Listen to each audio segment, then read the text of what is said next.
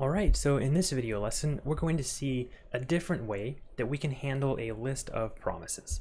So in the last challenge, we saw the promise.all method, which is nice to allow several promises to fulfill together. And this is usually used when you have several promises where the overall outcome is basically something that is dependent on the individual promises.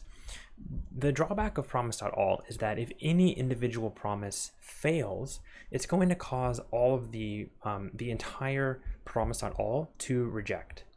So there's another method that you can use called promise.allSettled, which is basically going to wait for all the individual promises to either resolve or reject, and then it's going to return another array with all of the results from waiting for the resolution of the individual promises.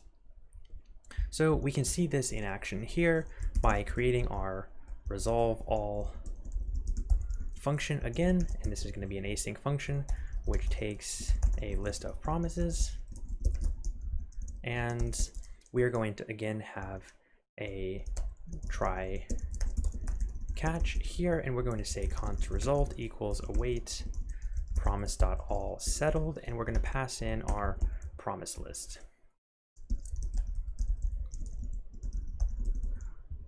And we want to return the result. All right, so let's go ahead and run this code. And we'll see that this passes the tests. Okay, so let's stay here and let's see what we're actually doing. So let's call our function and pass in this list of promises here, where currently all of these promises are going to resolve. And then let's log out the result like this.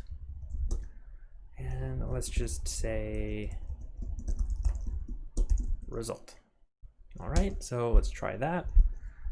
And okay, I want to do one more thing, which is change the name of this to demo. And okay, so now we have the result, which is this array of objects. And if we look at these objects, we'll see that they're a little bit different. And so the promise.allSettled method returns these objects, which includes information about whether or not the promise fulfilled or rejected. So we can see that all of these promises are fulfilling. Now, if I was to change some of these to have a false here, which is going to cause these promises to reject based on our promise factory function, and I run this again, we will see that we also get a result with a list of objects.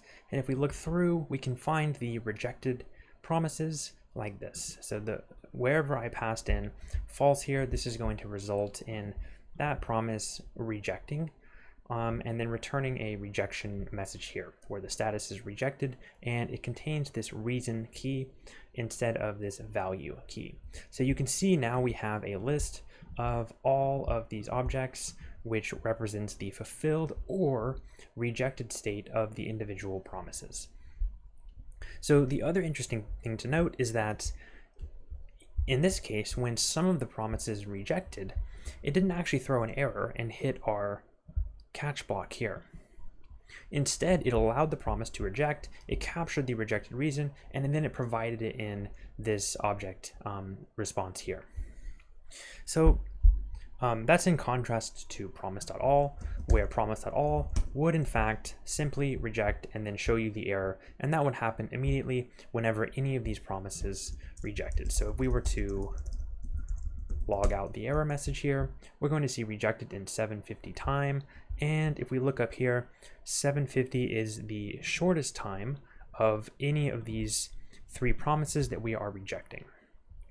So if I instead made this promise reject, which is going to reject after 1 millisecond, we would then have that rejecting, and you can see that happens really quickly because it rejects after 1 millisecond, and then that's going to cause this entire promise to complete and then throw an error, which we catch here.